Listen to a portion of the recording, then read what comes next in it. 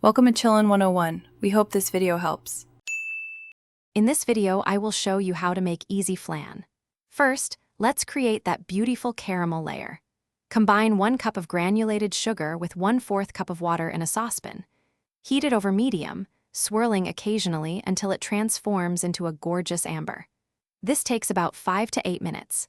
Immediately pour this hot, liquid gold into your chosen baking dishes, ensuring an even coating on the bottom.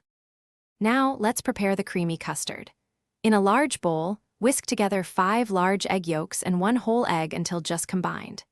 In a separate saucepan, gently heat 2 cups of whole milk with 1 14-ounce can of sweetened condensed milk until warm, but not boiling. Slowly pour the warm milk mixture into the egg mixture while continuously whisking to temper the eggs, preventing them from scrambling. With our custard ready, it's time to bake. Carefully pour the silky custard mixture over the cooled caramel in your ramekins or baking dish. Place these dishes into a larger roasting pan. Fill the larger pan with hot water, reaching about halfway up the sides of your flan dishes. This water bath ensures even, gentle cooking.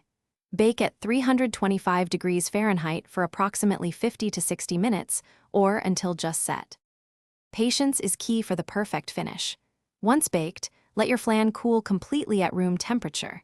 Then, transfer it to the refrigerator for at least 4 hours, or even better, overnight.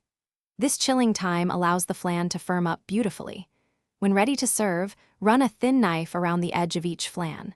Place a serving plate over the top and confidently invert it to release that gorgeous, caramel-drenched dessert. Thanks for watching. Consider subscribing if we helped you.